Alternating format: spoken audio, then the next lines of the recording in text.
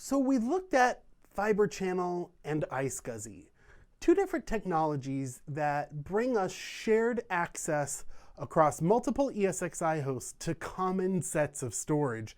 In this case, it's in the form of block level storage and exposing LUNs to ESXi. Once we've got that all set up, we can then take those LUNs and create data stores on those LUNs so that we can create a place to have virtual machine files. Let's dive right into lesson 4 on VMFS data stores. We're going to look at how we create VMFS data stores, how we increase the size of VMFS data stores, and also how we delete VMFS data stores. Let's dive in. One of the easiest ways to create a data store is to go into the storage view. Right-click on your data center and go to Storage and select New Data Store. At this point, a wizard pops up, and it gives you the option of the type of data store to create. In this case, we're going to choose VMFS. It'll then give you a list of the LUNs that your ESXi hosts have access to. Choose a particular LUN, and away you go. Once the data store has been created, you can see the data store listed in the inventory under that data center that you've created it in, and you can see a number of things. You'll go to the Summary tab, you can choose Monitor, you can go to Configure, you can look at permissions, you can also look at the files that are on that data store. Remember, there will be a folder for each virtual machine that has been created or moved to that data store at any time.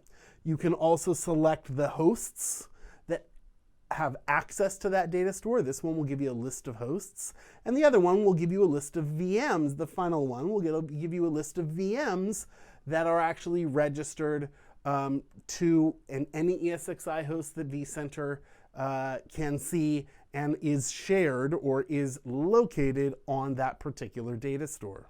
Now, VMFS is just one of a couple of different types of data stores that we support.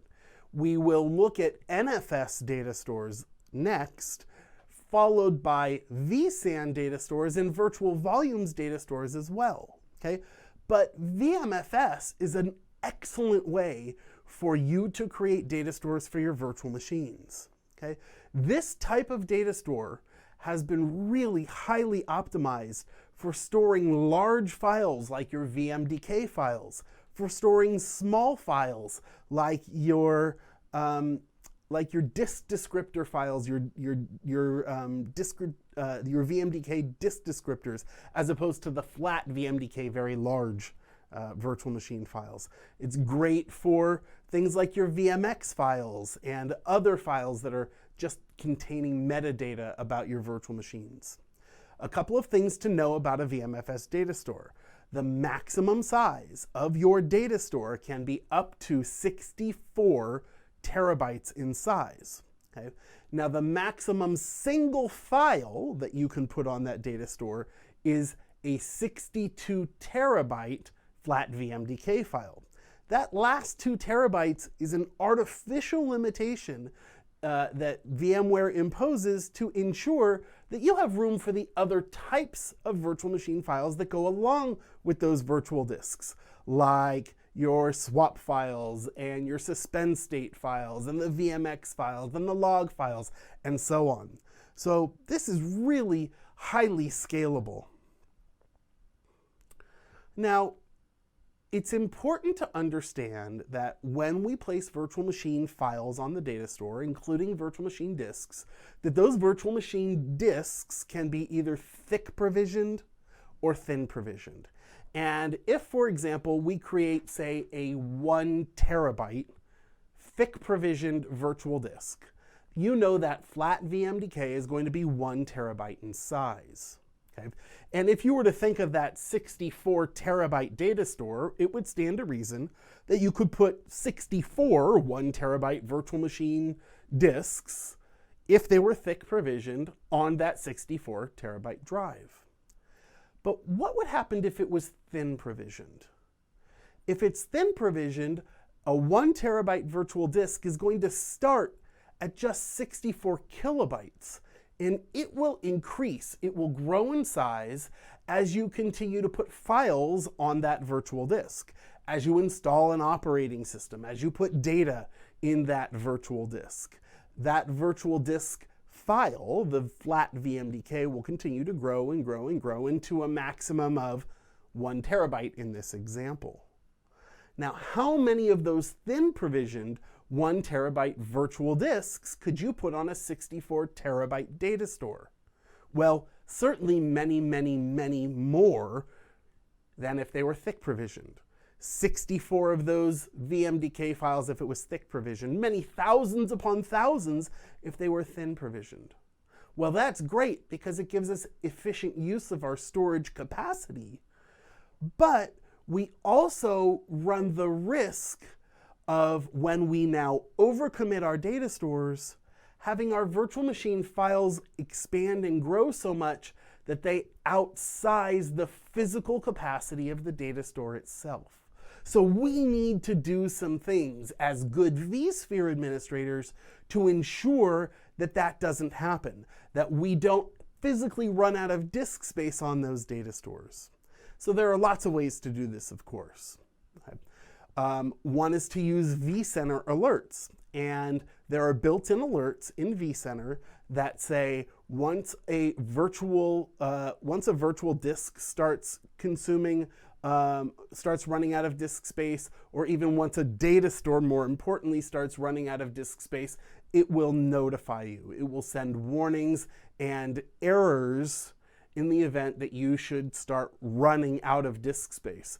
At 80% by default, there's a warning that says, uh-oh, you're gonna run out of disk space soon. So set up notifications for those, and in the next module, we'll actually learn, or not the next one, but the one after, we're gonna learn how to do that, how to set notifications on alarms and alerts in the environment. Now, if we should run low on disk space, there are other things that we can do as well, including things like using storage vMotion to move a virtual machine from one data store to another data store, even while the virtual machine itself is live running on an ESXi host. You don't have to take downtime in that. The other thing that you can do if your data store isn't a full 64 terabytes in size is you can increase the size of a data store. Now, there are a couple of different ways that we can do this. We can increase the size of a data store by adding another LUN to an existing data store. In fact, we can add up to 32 extents, 32 LUNs, to a single data store and reach the maximum capacity of 64 terabytes in size. Now, that's all possible, but it's not really the most preferred way to do it. The preferred way to do it is to have your data stores composed of just a single LUN.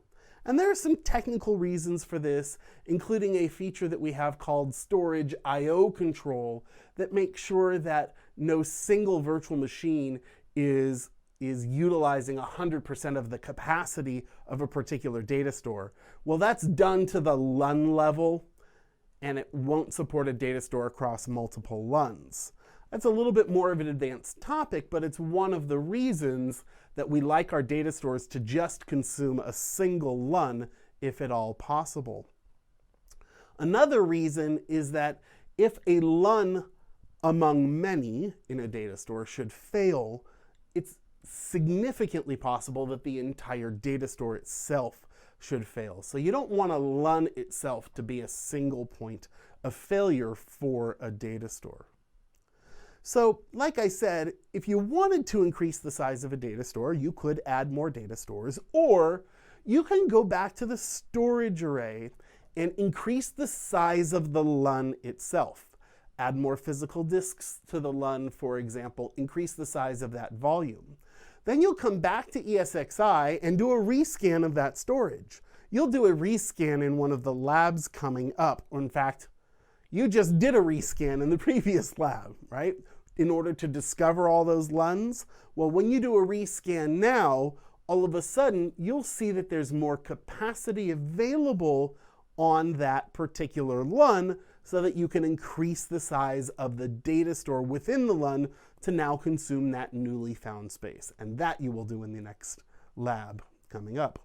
A note here, you can expand a data store, but you cannot shrink a VMFS data store.